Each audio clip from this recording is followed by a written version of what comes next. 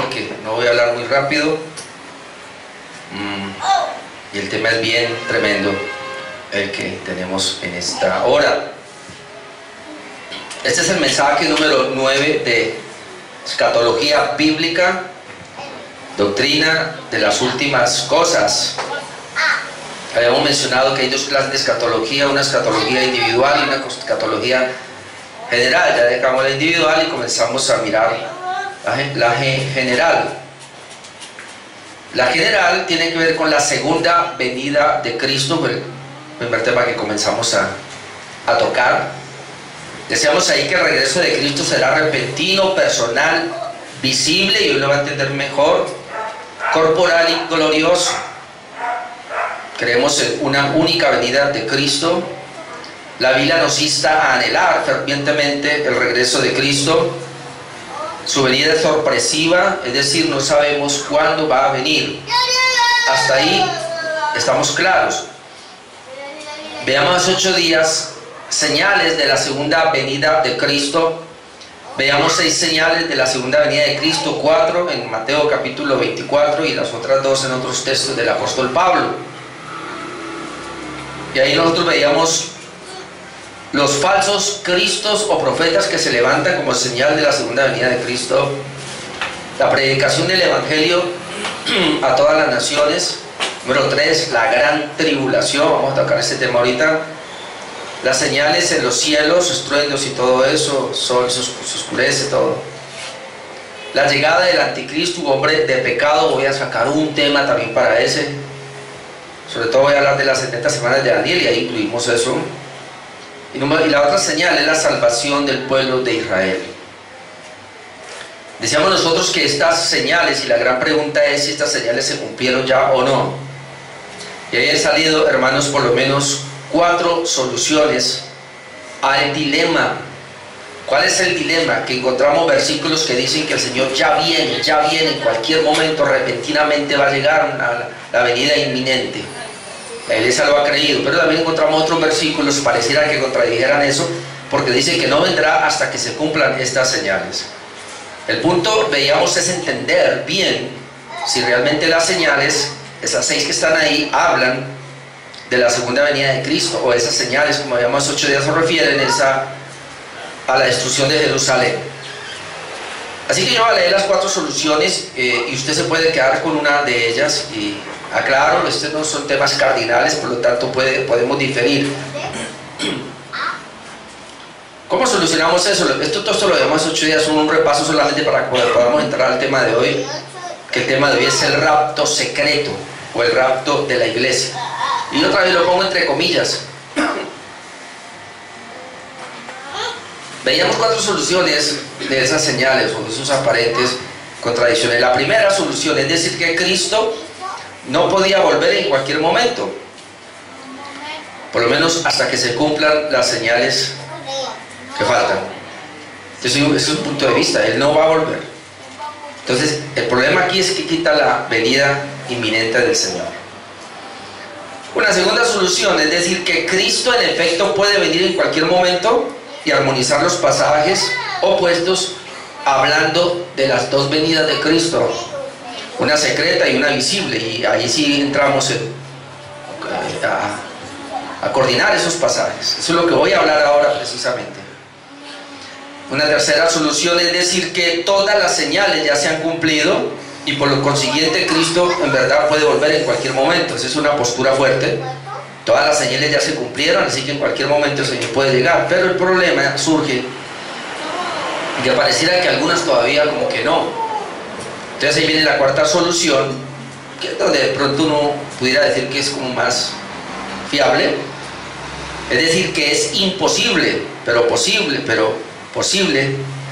improbable. Es improbable, pero posible que las señales ya se hayan cumplido.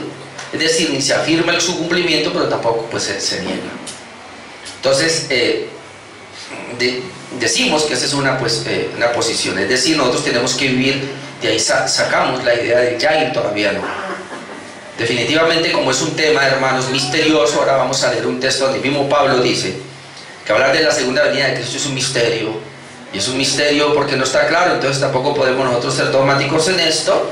y decir que así es. No, respetamos las posturas de los demás, usted toma su postura en cuanto a esto, pero tenemos que vivir como que el Señor en cualquier momento viene, pero tenemos que también entender que quizás se demore y hay que planificar la vida y vivir sin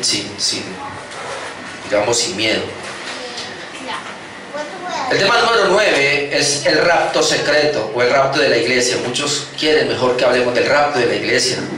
No tanto el rapto secreto, porque algunos lo toman como despectivo.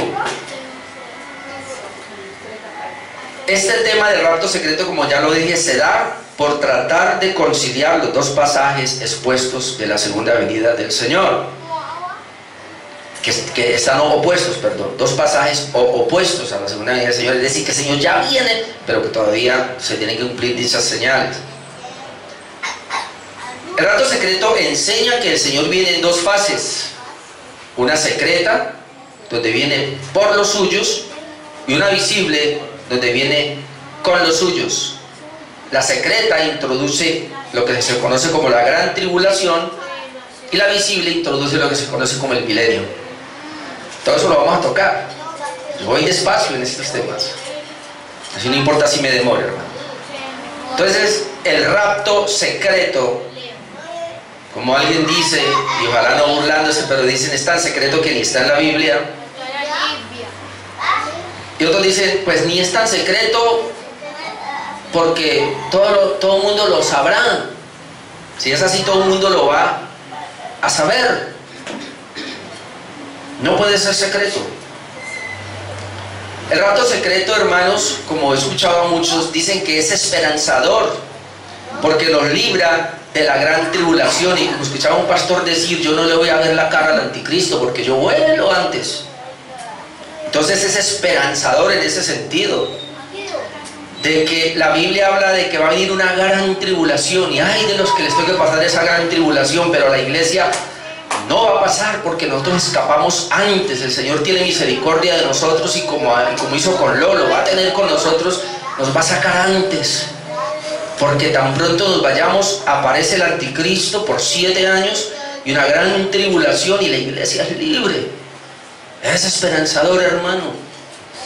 Opuesto a eso, yo me atrevo a decir que no es nada esperanzador, al contrario, es todo lo contrario. Crea zozobra, crea incertidumbre, crea miedo, esa doctrina. Y le voy a decir por qué. Precisamente escuchando a un expositor, él hablaba de esa situación. Pero yo no voy a hablar de una situación que experimentamos con mi esposa. Recién casados nosotros vivíamos en una casa, y en la siguiente pieza se le había alquilado a una hermana de la iglesia. Y en ese tiempo se hablaba de la segunda venida de Cristo, así que teníamos nosotros no videos, pero teníamos cassettes. Y estábamos escuchando un cassette sobre la gran tribulación y sobre el rapto, el arrebatamiento. Entonces esta hermana nos dijo, por favor, présteme, yo quiero escucharme el sermón. No, lo prestamos. Nosotros nos acostamos tranquilos, ella se puso a escuchar. Hermanos, no le mentimos, eran las 2 de la mañana. Orlandito, Elenita, están ahí. ¿Qué pasó, Olguita? Olguita, ¿qué pasó? Ay, yo pensé que me había quedado en el rapto. ¿Qué pasó? Sí, yo soñé que había venido el Señor y se han ido todos y yo me había quedado. Hermano, casi no consolamos a pobre muchacha. Hermano, el rapto ha sido usado más bien para crear zozobra, desconfianza en las personas. Tan es así que aquel predicador, y voy a decir el nombre porque me escuché 6 mensajes de él, del doctor Armando Alducin, hace un año predicó sobre el rapto secreto, sobre el rapto de la iglesia. 6 mensajes, puede ir a mirarlos, me los leí, me los vi todos.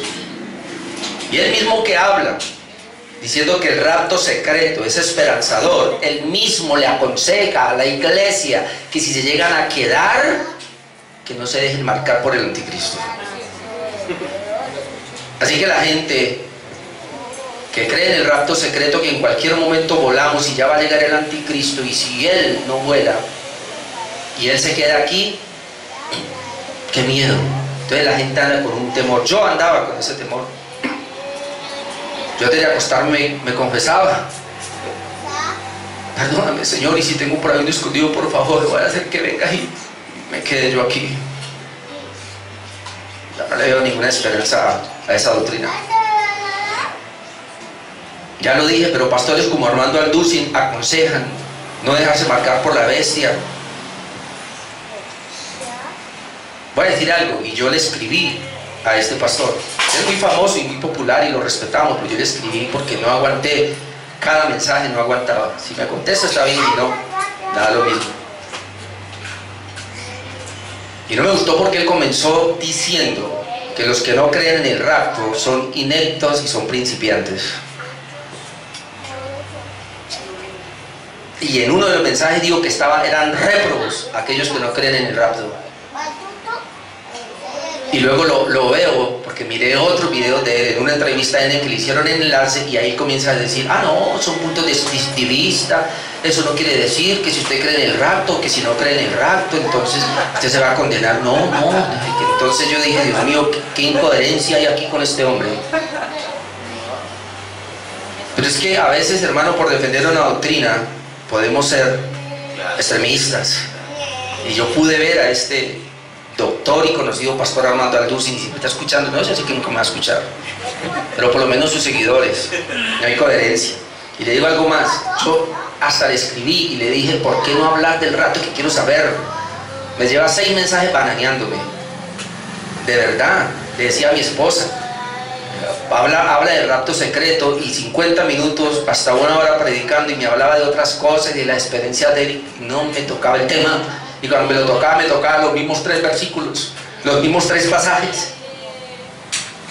Y siempre, qué pena, ¿no?, hablar así, siempre poniendo exégesis y nunca haciendo exégesis. Es decir, ella traía un concepto aquí en su mente y le hacía decir al texto lo que no decía. Ahora lo vamos a mirar, porque voy a trabajar con los mismos pasajes que trabajó. Pero yo quiero decir algo acá: debemos ser, hermanos, coherentes y no tildar de hereje al que cree diferente a nosotros, porque la escatología, el mismo doctor Armando Alducin lo dijo, no es una doctrina cardinal y podemos diferir. Amén. Amén. Entonces, solamente quería pues decirles eso a manera de introducción. Así que vamos, hermanos, tengo 3 puntos hoy: un poco de historia, textos que hablan del supuesto rapto secreto, y textos que hablan de la gran tribulación. Vamos entonces con un poco de historia, y es importante. Los defensores del rapto secreto afirman que algunos padres de la iglesia enseñaron la doctrina del rapto secreto, entre ellos Ireneo. Pero es una mala deducción, hermanos, porque gracias a Dios me fui a otro lugar a investigar. Quiero decirle una cosa: si hubo un tema que me trasnochó, fue este. Si hubo un tema que le dediqué investigación, fue este. Así que yo tenía que ir allí, mirar, porque yo escuché a un hombre diciendo que esto está rastreado, y que sí, que los padres posapostólicos creyeron el rapto secreto, que la iglesia creía, que en algunos sectores, y comenzó a mover. Cuando yo me voy a otro lugar, encontré a un historiador que él hizo una investigación, y él dice que esto es pura mentira, que lo que pasa es que están malinterpretando a los padres posapostólicos, es decir, los creyentes después de los apóstoles, siglo II, III, que cuando ellos fueron bien y miraban toda la lectura realmente, en este caso de la patrística, que quiere ir allá, busque estos padres apostólicos, la patrística, ellos hablaban de la segunda venida, y de la segunda venida de Cristo, y en algunas partes hablaban del rapto, íbamos a ser arrebatados, pero en una sola venida. Entonces eran malinterpretados, fueron malinterpretados. Ahora, eso no quiere decir obviamente que no se haya dado. Algunos dicen, y otra vez hemos comprobado, que algunos reformadores creían así, tenían algunas pinceladas. Puede ser, pero no está comprobado. En cambio, lo que sí tenemos claro, hermanos, es que fue John Nelson Darwin, 1882, quien lo esquematizó, lo estructuró. Pero cuando uno estudia a este hombre, y no voy a ir allá, dice que él inclusive se leyó a otras personas, inclusive que eran hasta católicos. Inclusive Darby fue católico y él lo primero que fue un cura. Después renunció, después fue pastor. El man dicen que ni siquiera tiene un título teológico. Él era más bien era un abogado. De todas maneras él escribió mucho. ¿Y qué fue lo que lo ayudó a él mucho? Una jovencita que tuvo un sueño, o una visión, creo que fue una visión de que el Señor había venido y se la había llevado un rato, algo así por el estilo. Entonces trajo, y eso de alguna manera le ayudó a lo que él creía. Pero fue John Nelson Darby, fue el que prácticamente sintetizó, o por lo menos esquematizó bien esto. Y la Biblia de Scofield, Scofield, 1843 a 1921, lo popularizó en su Biblia. Ahora, yo no quise ir a ninguna teología sistemática para dar este dato, sino me voy a Wikipedia. Y se puede encontrar este dato, dice así. Dice que si aceptáramos la perspectiva de Darby sobre el rapto secreto, señalaba Benjamin Wilson Neptune, entonces deberíamos, renunciar a muchos pasajes del Evangelio por no ir dirigidos a nosotros. Y ahora usted va a entender. Y esto es lo que Darby precisamente se dispuso a hacer. Demasiado tradicional para admitir que los autores bíblicos se contradecían, y demasiado racionalista para aceptar que el laberinto de la profecía desafiaba todo intento de comprensión. Entonces Darby llegó a una resolución de su dilema exegético, haciendo la distinción entre pasajes de las escrituras que van dirigidas a la iglesia y aquellos otros que son para Israel.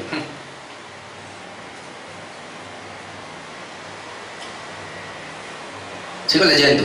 Más adelante dice: Darby es reconocido en el mundo teológico como el padre del dispensacionalismo, enseñanza popularizada en Estados Unidos por Cyrus Scofield en su Biblia anotada de él. No voy a hablar de dispensacionalismo, son distintas dispensaciones, pero si es el padre del dispensacionalismo, ya entendemos que hay un esquema. Y el esquema más o menos son 7 dispensaciones, y la sexta se conoce como la dispensación de la gracia o la dispensación de la iglesia. ¿Por qué entró esa dispensación? Porque Dios hizo Dios trató con Israel, hace un paréntesis y mete a la iglesia. Falta la última, que es la del milenio, ¿verdad? Más o menos es como ellos dicen. Pero hay una venida de Cristo y va a haber una segunda venida de Cristo. Pero por acá, antes de que el Señor venga, antes de introducir lo que se conoce como la gran tribulación, digámoslo acá, 7 años.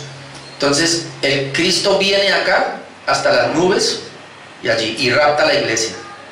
Luego hay un periodo de 7 años donde el anticristo va a reinar, digámoslo de esa manera, y está la gran tribulación. Luego el Señor viene por segunda vez, visible, con los suyos, a establecer un milenio. O sea, es una cosa bien interesante. Entonces, el rapto se hace precisamente porque la Biblia habla de que la iglesia no pasará por la gran tribulación. Entonces precisamente es el escapismo, y es como lo podemos entender. Ese es lo que, más o menos, un poquito de historia.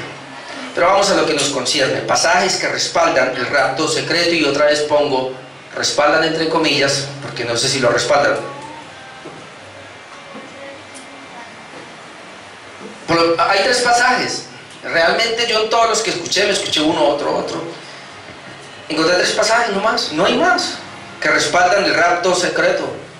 Y tengo que decirle, hermanos, yo veo no exégesis en este pasaje, y toco otra vez al doctor Armando Alducin porque yo no veo exégesis en él. Yo veo es una exégesis, es decir, cuando se acercan estos pasajes, ellos ya vienen con el esquema. Y si yo ya vengo con el esquema, entonces al leer la Biblia con ese esquema encuentro el rapto. Pero yo quisiera que usted llegáramos hoy libres, sin ningún esquema. Vamos a leer estos pasajes sin ningún esquema, hermanos. A ver qué encontramos. Voy a leer el primero. El primero que usan es primera de Tesalonicenses 4, 16 y 17, aunque ellos usan el 17, pero vamos al 16 y ahorita entramos en el contexto. Dice primera de Tesalonicenses capítulo 4, versículo 16: porque el Señor mismo con voz de mando, con voz de arcángel y con trompeta de Dios descenderá del cielo, y los muertos en Cristo resucitarán primero. Luego nosotros los que vivimos, los que hayamos quedado, seremos arrebatados juntamente con ellos en las nubes para recibir al Señor en el aire, y así estaremos siempre con el Señor. Entonces el tema que ellos dicen acá, ahí está, estamos todo normal, pero va a llegar un momento donde dice que seremos arrebatados juntamente con ellos en las nubes para recibir al Señor en el aire. Lo vamos a recibir en el aire, pero ellos dicen, esto es el rapto donde nadie lo va a saber, y ahí salen todo tipo de películas que usted puede ver. Y Armando Alducin lo decía una y otra vez, va a llegar el momento donde los aviones se van a caer, donde va a haber un caos, el que va manejando un bus, ¿por qué? Porque de repente nadie lo supo, se fue la persona, donde los padres se van a levantar y van a las cunas y no ven a los niños, donde el esposo va a mirar y no está su esposa, algunos se atreven a ir más allá, solo va a ver la ropa. Entonces imagina, solo en la calle y se arregló la ropa por ahí, ¿y qué pasó? Y el doctor Armando Luis, ¿sabe qué dice? Dice, no, eso ya está preparado, porque con lo de los ovnis y todo eso, ustedes van a decir, no vi un ovni, se llevó un poco de gente, se llevó a los aleluyas, más o menos es la idea. Hay una cantidad de películas de eso, de libros, escritos y todo. Hay una serie última que salió en 2015, de años atrás, yo no me hice ni la primera, creo que con la que me vi en los años 80 del infierno ardiente, algo así. Armagedón. El Armagedón también me lo vi, y con eso es suficiente. Las otras no me las he visto, pero hay quien las ve. Señor, que no me quede. No me estoy burlando, sino que es difícil, o sea, porque yo le pregunto, solamente leyendo ese pasaje, ¿usted vio por ahí el rapto secreto? De todas maneras, vamos a mirar el contexto. Vamos a mirar el contexto, hermanos. Vamos a ver, porque escuchen, ellos dicen que Cristo viene, eso estamos de acuerdo todo el mundo, pero viene en dos fases. Viene en una secreta a llevarse a su iglesia, pero si fuera a su iglesia, hacia los que estén listos, no a los que estén preparados, porque otros se van a quedar. ¿Y qué lo va a sostener? Que no se dejen marcar. Y el mismo Armando Alducin le decía a su iglesia, si usted se queda, por favor no se deje marcar ni en su mano derecha ni en la frente. O sea, porque otra parte sí, pero ahí no. Cuando nosotros pasamos por Apocalipsis, ¿qué enseñamos? Que el anticristo, cuando marca, la marca en la mano derecha y la marca en la frente, lo único que nos está hablando son pensamientos satánicos, diabólicos, que están acorde al mundo, y obras satánicas, diabólicas, que están acorde al mundo, y que no es que él va a marcarlos, sino ya están marcados. El que sí nos va a marcar es el Señor. Ya nos marcó con el Espíritu Santo, el sello del Espíritu Santo. Vamos a mirar esto, a ver si lo encontramos. Primera de Tesalonicenses 4, 17. Señor, voy muy despacio. Tampoco queremos, hermanos, que ignoréis, note lo que pasa acá, porque es que ignoréis acerca de los que duermen, es decir, tranquilo por los que se han muerto, para que no os entristezcáis como los otros que no tienen esperanza. ¿A dónde está apuntando? A que no se entristezcan por los que están muriendo, porque están muriendo en el Señor. No se entristezcan, lo que le está diciendo. Ese es el punto. Porque si creemos que Jesús murió y resucitó, así también traerá Dios con Jesús a los que durmieron en Él. Es decir, si un familiar suyo murió en Cristo, no se preocupe, tranquilo, porque cuando Dios venga, cuando Cristo venga, lo va a traer. Eso es lo que está diciendo Pablo, lo va a traer cuando Él venga. Así traerá con Jesús, lo traerá Dios con Jesús, ahí está hablando de la segunda venida, a los que durmieron en Él. 15. Por lo cual os decimos esto en palabra del Señor. Pablo dice que nosotros que vivimos, o que estemos vivos, que habremos quedado hasta la venida del Señor. Ahora, yo le pregunto, ahí dice hasta el rapto, o ahí dice hasta la primera venida, porque hay una segunda. Bueno, en este caso sería una tercera, porque la primera ya vino. La Biblia registra dos venidas. Aquí dice hasta la venida, sería la segunda venida. Está hablando de una sola venida, hasta, y no dice las venidas, dice la venida.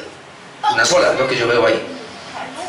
No precederemos a los que durmieron, porque el Señor mismo, el que va a venir, el mismo Señor. ¿Cómo es que va a venir? Con voz de mando. ¿Qué? Así la venida. Porque el Señor mismo, yo no sé por qué no lo ve, con voz de mando, con voz de arcángel y con trompeta de Dios. ¿Esto es secreto? Descenderá del cielo. El mismo Señor descenderá del cielo.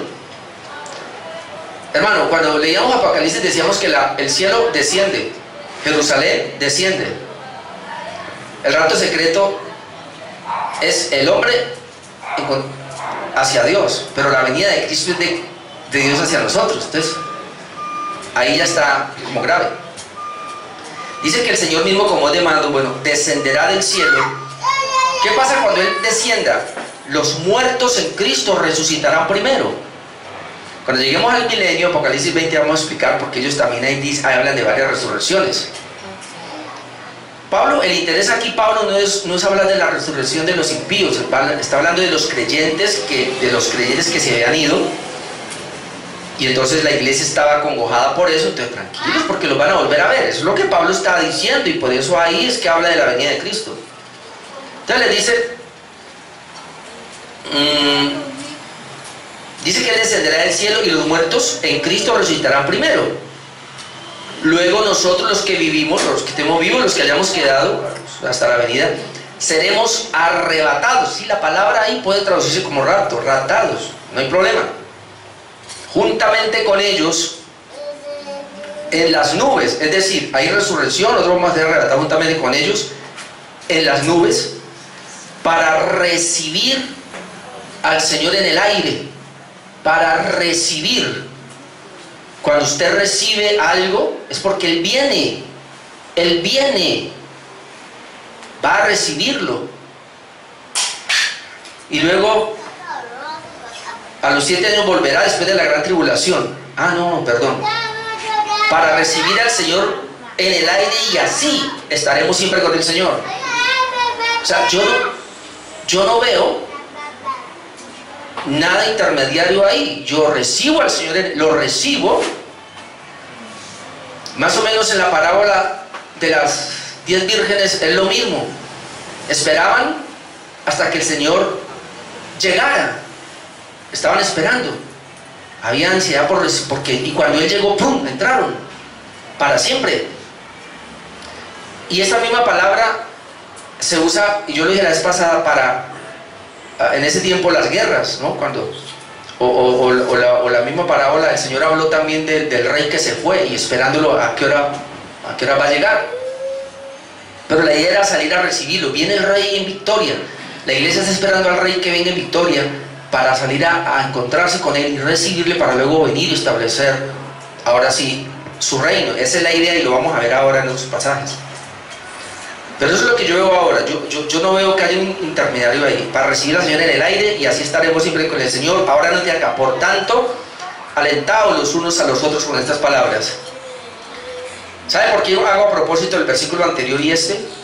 Porque el mismo doctor Armando Altusi, un experto en teología, él dijo que esta iglesia tenía miedo de la gran tribulación, y que Pablo les habla del rapto, y por eso les dice que al hablarles de esta parte los alienta. Cuando yo leo el pasaje digo, qué pena, pero aquí sí se le fueron todas las luces a este señor. Porque el alentados aquí unos con otros es porque ellos estaban entristecidos por lo que estaban muriendo. No estaban tristes porque iban a pasar la gran tribulación. Eso ya es cosas que añaden ahí. Pero déjenme, yo les sigo leyendo. Sigamos leyendo el capítulo 5, que eso va pegado. Recuerde que nosotros cuando se escribió esto no había capítulo, ni versículo, ni título, ni nada de eso. Entonces en esa misma condición dice: pero acerca de los tiempos y de las ocasiones, no tenéis necesidad, hermanos, de que yo os escriba, porque vosotros sabéis perfectamente que el día del Señor, en todos los contextos de la Biblia que encontramos esta palabra, el día del Señor se refiere a la segunda venida, porque aquí dice, el día del Señor vendrá así como ladrón en la noche. Pedro usa la misma expresión. El día del Señor vendrá. Y ese día es la segunda venida. Y cuando digan paz y seguridad, entonces vendrá sobre ellos destrucción repentina, como los dolores de la mujer encinta, y no escaparán. Mas vosotros, hermanos, tenéis yo mal ahorita, no estáis en tinieblas. ¿Sí ven que el cayó yo alcancé a leer que dijo, no estáis en tinieblas? No estáis en tinieblas. No le está dando una orden para que no esté. No estáis, es decir, es una afirmación. La iglesia no está en tinieblas, para que aquel día, ¿cuál es el día? Ese día os sorprenda como ladrón. Es decir, a la iglesia ese día no le va a sorprender. La venida de Cristo, mi amado hermano, esa única venida es la gran esperanza para nosotros, mientras que el rapto se sobra. Ustedes no están en tinieblas para que aquel día sorprenda como ladrón, porque todos vosotros sois de la luz. Es una afirmación, hijos del día. No somos de la noche ni de las tinieblas, no. Por tanto, no durmamos como los demás, sino velemos y estemos sobrios. Pues los que duermen de noche duermen, y los que se embriagan de noche se embriagan. Mire el 8, pero nosotros que somos del día, seamos sobrios, habiéndonos vestido con la coraza de fe y de amor, y con la esperanza de salvación como yelmo. Verso 9. Note el verso 9, porque no nos ha puesto Dios para ira. Está hablando del día vendrá. No nos va a sorprender. ¿Por qué? Porque Dios no nos ha puesto para ira. Este texto lo usan ellos para decir que la ira es cuando el anticristo venga y la gran tribulación. Entonces ellos escapan, dicen, se da cuenta que el Señor nos saca antes porque el Señor no nos puso para ira. La gran pregunta es, cuando el Señor venga, ¿no viene acaso con la ira? Y ellos dicen, es que Él viene primero en secreto, por eso llama rato secreto, y se lleva a un grupo de gente, y después viene, ahora sí con estruendo, pero ellos llaman la gran tribulación o esos 7 años como los días de la ira de Dios, donde Dios va a derramar su ira sobre Israel para que se arrepientan. Dios va a derramar su ira sobre los incrédulos para que se arrepientan. Y aquí les voy a decir una cosa, ellos confunden gran tribulación con el día de la ira del Señor, y es un error. No, obviamente, cuando leemos nosotros, porque Dios no nos ha puesto para ira, es que cuando el Señor venga con ira, la iglesia no está puesta para eso, porque Jesús viene una sola vez, y Él viene con ira, y lo vamos a ver más adelante, para pagar a cada uno según su obra, como Él dice acá. Leo otra vez el 9, porque no nos ha puesto Dios para ira, sino para alcanzar salvación por medio de Jesucristo, por medio de nuestro Señor Jesucristo, quien murió por nosotros para que, mire que conecta con lo que ya dijimos, ya sea que velemos o que durmamos, vivamos juntamente con Él. Por lo cual, animaos unos a otros y edificaos unos a otros, así como las 6. Animaos unos a otros. Es decir, el 4 y el 5 están hablando de animarse el unos al otro, porque nos vamos a ver allá, en los que mueren en Cristo, no hay problema, nos vamos a encontrar, más o menos es la idea, vamos a encontrarnos con el Señor. Aquí por ningún momento está diciendo que el ánimo es porque vamos a ser libres de la gran tribulación, pero eso es lo que ellos deducen. Así que esto se llama, no es exégesis, sino eisegesis, es decir, no están extrayendo lo que la Biblia dice, sino que le están poniendo a lo que la Biblia dice. Ese es el texto más claro del rapto. Vamos con el segundo, 1 Corintios 15, 51-52. 1 Corintios 15, 51. Si usted ve el rapto, hermano, si lo encuentra, por favor ayúdeme, porque yo no lo encontré, yo busqué mucho. 1 Corintios 15. Ahora, claro, ¿no? Aparece la palabra arrebatamiento, y claro que vamos a ser arrebatados, claro que vamos a ser, no hay problema, vamos a ser raptados, sí, porque la palabra raptar es sacar. Claro que en la segunda venida el Señor nos va a sacar, pero nos va a sacar para encontrarnos con Él en el aire y entrar a establecer su reino eterno. 1 Corintios 15, 51, un texto menos creíble, pero bueno. Dice aquí, os digo un misterio. está hablando de la venida de Cristo, es un misterio. No todos dormiremos, pero todos seremos transformados. El mismo doctor Armando Altusen decía, ve, transformados, eso se llama rapto. Es un doctor de teología, para que sepan. Y lo digo porque yo me lo vi, lo escuché. Todos seremos transformados. Ahí está el rapto. En un momento, note, en un abrir y cerrar de ojos, a la final trompeta. ¿Cómo así? El rapto es a la final trompeta y entonces la trompeta. Ah, no, es que solamente la trompeta y todo eso lo escuchan la iglesia. El mundo no lo va a escuchar. Es decir, si él viene ahorita y él da el rapto, los verdaderos son los que escuchan la trompeta y se van. Porque ahí claramente es la manera de acomodarlo, ¿no? Porque dice que vamos a ser transformados en un momento, en un abrir y cerrar de ojos, a la final trompeta, porque se tocará la trompeta. Y los muertos serán resucitados incorruptibles y nosotros seremos arrebatados. ¿Qué? No, transformados. Ahora, obviamente, si vamos a ser arrebatados, vamos a ser transformados, y por eso es que él habla de esa parte. Pero el problema es si aquí está hablando de dos venidas, una secreta, que es el rapto, porque ahí me toca la final trompeta. Entonces ahí donde él dice, o sea que se va a tocar dos veces la trompeta, porque que yo sepa, la trompeta se va a tocar cuando él viene visible. Ahorita vamos a ver esos pasajes. Pero dicen que no, es que acá no la va a escuchar todo el mundo, acá la escuchan solo los elegidos, porque es la única manera de meter en el rapto la trompeta. La final trompeta, mirámosla aquí. Mateo 24, 29, 31. Y si Corintios habla del rapto, que somos transformados a la final trompeta, Mateo 24, 29 dice, e inmediatamente después de la tribulación de aquellos días, dejamos claro que obviamente se refiere al tiempo de antes de la destrucción de Jerusalén. El sol oscurecerá, la luna no dará su resplandor, las estrellas caerán del cielo, las potencias de los cielos serán conmovidas. Entonces aparecerá, ese entonces es después de esto, la señal del Hijo del Hombre en el cielo. Entonces lamentarán todas las tribus de la tierra y verán al Hijo del Hombre viniendo sobre las nubes del cielo. ¿No? Verán, todo no es secreto, todo el mundo lo va a ver. ¿Cómo va a venir? Con poder y gran gloria, y enviará a sus ángeles con gran voz de trompeta, y juntará a sus escogidos de los cuatro vientos de un extremo. O sea, cuando el Señor venga con la voz de trompeta, inmediatamente va a coger a todo el mundo, vengan para acá. Pero ellos dicen que no, vamos a salir. Apocalipsis 11:15, Apocalipsis 11:15 dice que el séptimo ángel tocó la trompeta. Mire que es muy parecido, y hubo grandes voces en el cielo que decían, los reinos del mundo han venido a ser de nuestro Señor y de su Cristo, y Él y Él reinará por los siglos de los siglos. Cuando suene la trompeta es la venida del Señor, a reinar. Cuando suene la trompeta es porque ya no hay más tiempo.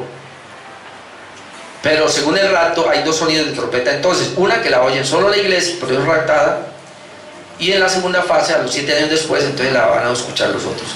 El tercer pasaje, Padre, el tiempo sí es enemigo mío. Juan 14, del 1 al 3. Este no hay que decir mucho, pero es el tercer texto que usan para el rapto. Y otra vez que ellos estaban turbados porque el Señor se iba a ir y iban a entrar a la gran tribulación. No sé dónde sacan eso. Ellos estaban turbados sí porque el Señor dijo que se iba a ir. Entonces Él dice, no se turbe vuestro corazón, creéis en Dios, creed también en mí, en la casa de mi Padre muchas moradas hay. Si así no fuera, yo os lo hubiera dicho, voy pues a preparar lugar para vosotros, y si me fuere y os prepararé el lugar, vendré otra vez y os tomaré a mí mismo. Ahí está, os tomaré, os raptaré. Ahí está el rapto. Así lo explican ellos, para que donde yo estoy vosotros también estéis. Yo no sé si usted lo ve, hermano. Ahora vamos a mirar, paralelo a eso, textos que hablan del escape de la gran tribulación, porque el punto del rapto secreto es para escapar de la gran tribulación. Entonces el primer texto que manejan es Apocalipsis 3:10, donde ellos dicen, Apocalipsis 3:10 dice: por cuanto has guardado la palabra de mi paciencia, yo también te guardaré de la hora de la prueba que ha de venir sobre el mundo entero, para probar a los que moran sobre la tierra. ¿Ve? Dios le prometió a la iglesia que la iba a guardar, y esa palabra guardar es que no va a pasar por la hora de la prueba. ¿Y cuál es la hora de la prueba? La gran tribulación. Ya está el esquema, ¿no? Tan pronto la iglesia sea raptada, comienza la gran tribulación, periodo de 7 años. Y aquí este pasaje dice que el Señor va a guardar de la hora de la prueba, que es esa, a la iglesia. No sé si usted lo ve ahí, porque nosotros vamos a mirar esa misma palabra guardar en Juan 17, 14, 15. Juan 17, 14, 15. Jesús está orando y él dice lo siguiente: yo les he dado tu palabra y el mundo los aborreció, porque no son del mundo, como tampoco yo soy del mundo. No ruego que los quites del mundo, sino que los guardes del mal. La palabra guardar no es quitar, es proteger en medio del conflicto. No es que no va a pasar. O sea, cuando Apocalipsis dice que el Señor los va a guardar de la hora, lo que está diciendo es que los va a proteger en la hora. O como dice el pastor Sugel, lo escuché varias veces, muchos mensajes, es increíble que toda la iglesia, estos 2000 años, ha padecido persecución, y la iglesia del rapto es la única que el Señor la va a librar de la persecución. ¿Cómo es posible? La oración de Mateo 6:3: líbranos del mal, guárdanos del mal. En ningún momento el Señor dice que nos va a sacar del mundo, que el mundo nos odia, sino que Él dice que Él no dice que nos va a sacar, sino que Él nos va a guardar, a proteger en medio del problema, en medio del dolor, en medio de la tribulación, en medio de la prueba. Dios te va a proteger, te va a guardar. ¿Y qué es que te va a guardar? Que tu vida espiritual no sea afectada, que tú puedas perseverar, que a pesar de que se le murió todo el mundo, a pesar de que tuvo la peor de las crisis y quedó en la nada, tú eres mi Dios, y en ti confío, y aquí estoy parado. Que me quedé solo como Job, no importa, en ti confío, mi Señor. Nos guarda, porque hay muchas pruebas que han venido, tribulaciones sobre las personas, y a muchos los ha partido. Pero el verdadero creyente, aunque se parta, él va a estar ahí. Eso es guardar, hermano. Ahora, la Biblia nos amonesta a resistir las pruebas, las tribulaciones. Vamos a leer este pasaje, 2 de Timoteo 3, 10, 12. Si el Señor nos va a guardar de esa gran tribulación, ¿por qué entonces no guardó a los otros? Y mire lo que dice 2 de Timoteo 3, 10, 12. Dice Pablo: pero tú, le dice a Timoteo, has seguido, note la palabra seguido, mi doctrina, conducta, propósito, fe, longanimidad, amor, paciencia, persecuciones. ¿Qué ha seguido? Persecuciones, padecimientos. Timoteo ha seguido eso.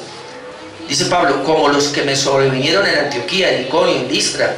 Noten, persecuciones que he sufrido,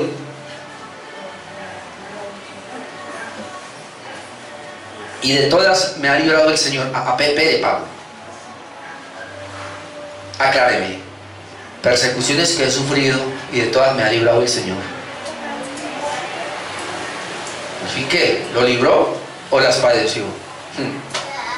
Persecuciones que he sufrido y de todas me ha librado el Señor. ¿Me ha librado de qué? De blasfemar, de abandonar, de desánimo, de perder. Antes he cogido más fuerza. Entonces, librarlo, hermano, de la tribulación no es sacarlo, no es que no va a pasar, es que lo va a guardar, es que lo va a proteger de esa vida espiritual hermosa que nos dio. Y que así maten el cuerpo de nosotros, no podrán matar nuestra alma, porque el Señor nos la dio, nos dio la vida espiritual. un verdadero hijo de Dios, nada le matará su vida espiritual. Dios lo va a librar. Me ha librado el Señor. Y también todos los que quieren vivir piadosamente en Cristo Jesús padecerán persecución. ¿Ah? ¿Quiere vivir piadosamente? Va a padecer persecución. Va a padecer tribulación. La iglesia siempre ha padecido tribulación. Y cuando ya dijimos en Mateo 24 que se habla de la gran tribulación, dijimos que fue la que experimentaron con Vespasiano, creo que fue, si no estoy mal. El general era Tito, sí, creo que fue Vespasiano. Fue el que envió a la mayor persecución de esa época sobre los cristianos. Josefo cuenta, hermanos, unas barbaridades que hacían. Todo lo que dice Mateo lo padecieron allí.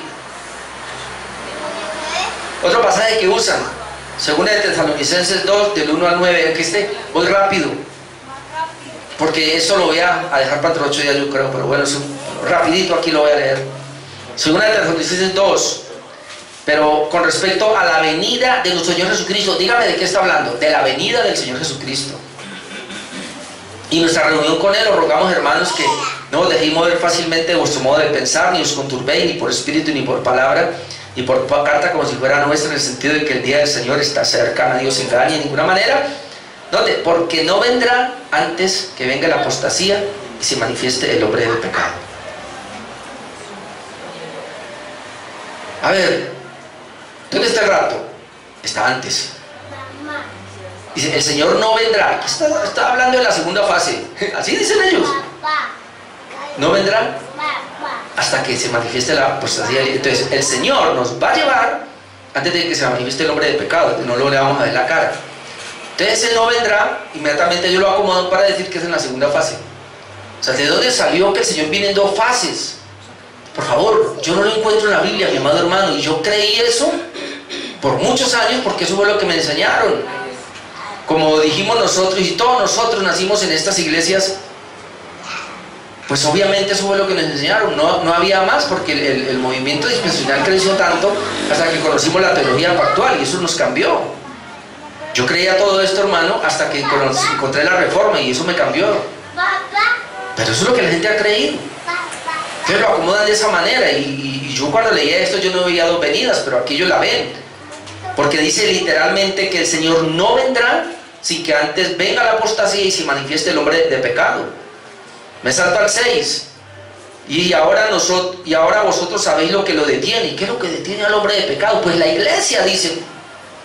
Entonces la iglesia tiene que ser raptada antes de que se manifieste el hijo de pecado. Por eso la iglesia no va a ver el anticristo. Y ellos lo dicen de una vez, con una facilidad. Y ahora dice, vosotros sabéis lo que lo detiene, a fin de que a su debido tiempo se manifieste, y porque ya está en acción el misterio de la iniquidad, solo que hay quien al presente lo detiene, hasta que él a su vez se ha quitado del medio. Esta es la palabra que usan para ser raptado, se ha quitado. La iglesia tiene que ser quitado rápido antes de que venga el anticristo. Así que la iglesia es la que detiene el anticristo. Eso lo vamos a introducir mejor, yo quiero ampliar eso. Y entonces, dice, y entonces se manifestará aquel inicuo, a quien el Señor matará con el espíritu de su boca y destruirá con el resplandor de su venida. Entonces ellos ven en todo ese aspecto la segunda fase. Porque ellos ven la primera fase donde dice, hay algo que lo detiene, y cuando eso se ha quitado, la iglesia es raptada. Y todo el pasaje está hablando de la segunda fase, que dice que el Señor con su venida lo matará con el espíritu, con su palabra, y con el resplandor de su venida matará al inicuo. Entonces, eso es cuando ya se terminen los 7 años de la gran tribulación. Pero la iglesia no pasará la gran tribulación porque ahí lo dice, será quitado. El problema es que, ¿dónde usted ve ahí que diga que es la iglesia? Perdóname, hermano, pero si yo digo que la iglesia, esa es mi opinión, ese es mi punto de vista, más no es lo que la Biblia dice. Y eso se llama exégesis correcta. Exégesis es decir yo que eso que está ahí, que va a ser quitado, que es lo que detiene, que se manifieste el anticristo. Y yo digo que la iglesia, esa es una exégesis porque yo le estoy poniendo al texto lo que el texto no dice. Y eso lo hacen ellos con una libertad.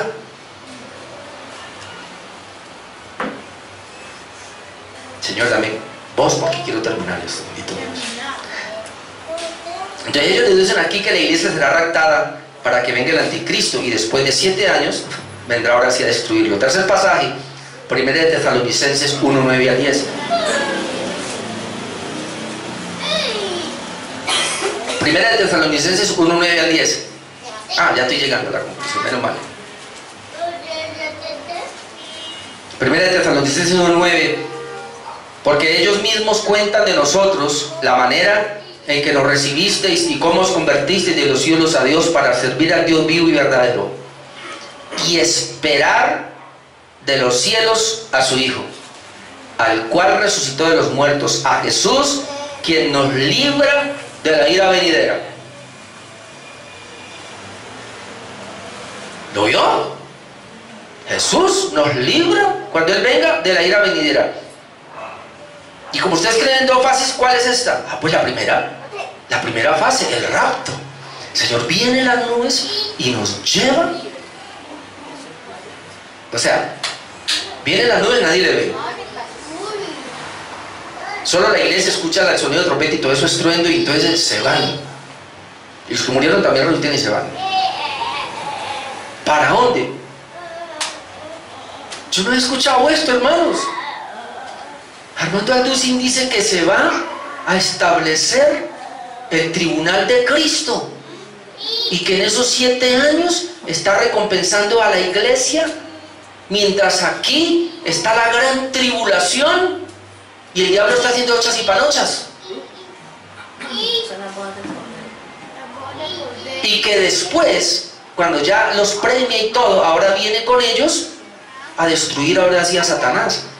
Y por eso dice aquí que nos libra de la ira venidera. Ellos confunden la gran tribulación o la tribulación con la ira venidera. El problema es que cuando usted lee en la Biblia tribulación y gran tribulación, eso es incitado por Satanás. Y cuando la Biblia habla del día del Señor o la ira venidera, es Dios viniendo con poder.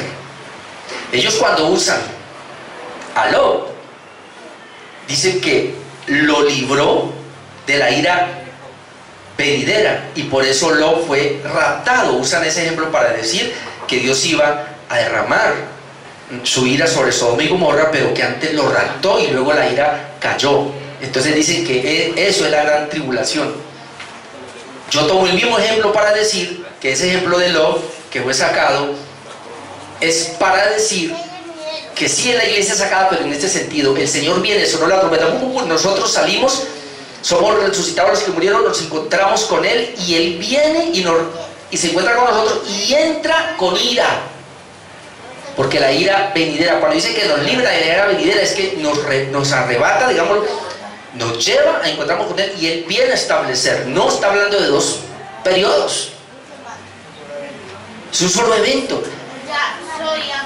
No encuentro, hermanos, en la Biblia que sean dos fases de la segunda venida de Cristo, o porque habría que decir de 3 venidas. Vamos a concluir con esto. La venida de Cristo es una sola, visible, y vendrá a juzgar. Apocalipsis 1:7.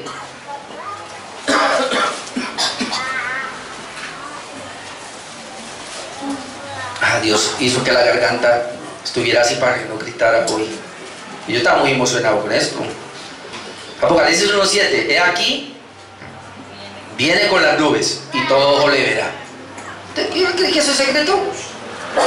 Y los que le traspasaron y todos los linajes de la tierra harán lamentación de él. A usted le pregunta a un dispensacionalista y le dice: no, pero es que eso es de la segunda fase.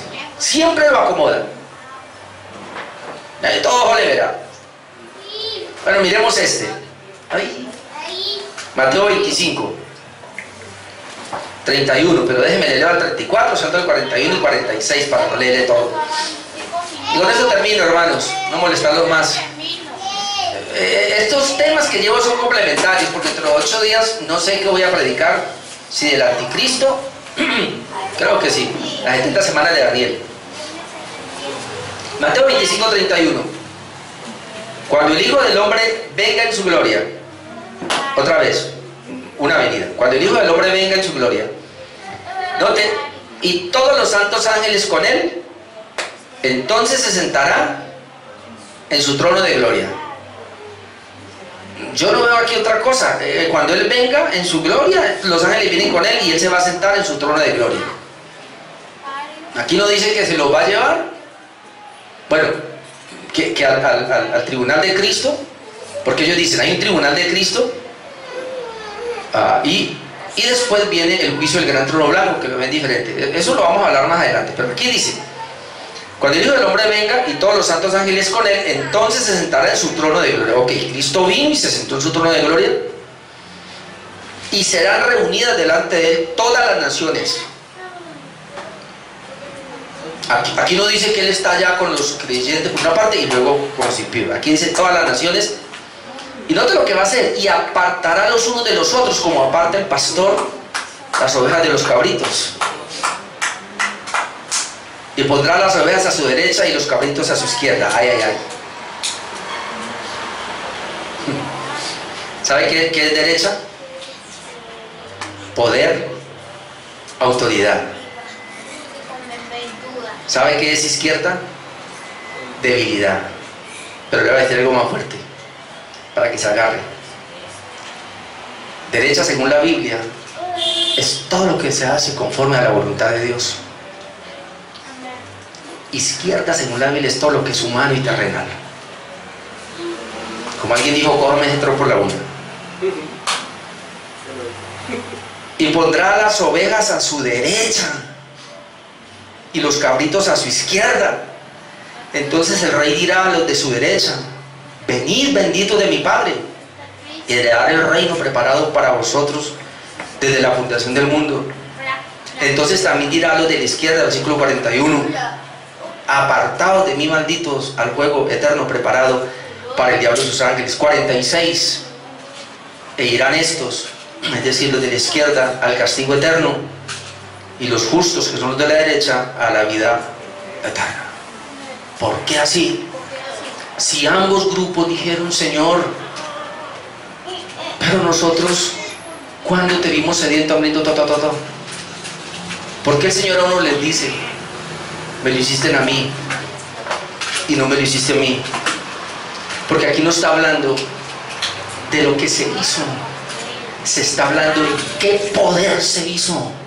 Aquí no está hablando de si usted confiaba en sus obras o en sus recursos terrenales, porque al Señor no le sirve eso de nada. Recuerde esto: el mundo está caído, y desde que el mundo se cayó, a Dios le vale un pito lo que el hombre haga, no le sirve para nada. Así que aquellos que están guerreando y peleando por un mundo mejor a nivel político, espiritual, lo que sea, déjenme decirle que eso a Dios le vale un bledo. Lo único que le vale a Dios es lo que vino a ser el hombre perfecto, se llama el Hijo de Dios. Y todo aquel que se someta a ese hombre perfecto, déjeme decirle, ese es de derecha, porque va a ser solamente la voluntad. Si alguien humanamente quiere arreglar esto aquí abajo, el Señor dice: no sirve para nada. ¿Entendió el concepto? Por eso Jesús resucitó y se fue y está sentado a la diestra del Padre. Y hablando en política, y termino con esto, para meterme en problemas ahora con muchos aquí, solo la izquierda está en contra de los principios de Dios. Así que, hermanos, de verdad, yo lo he dicho muchas veces, de muchas maneras, pero muchos no creen. Pero hablemos de la seguridad. Sí, si no, va a tocar ir a pelear por Palestina. Pero, hermanos, estamos hablando de el rato secreto. ¿Existe o no existe?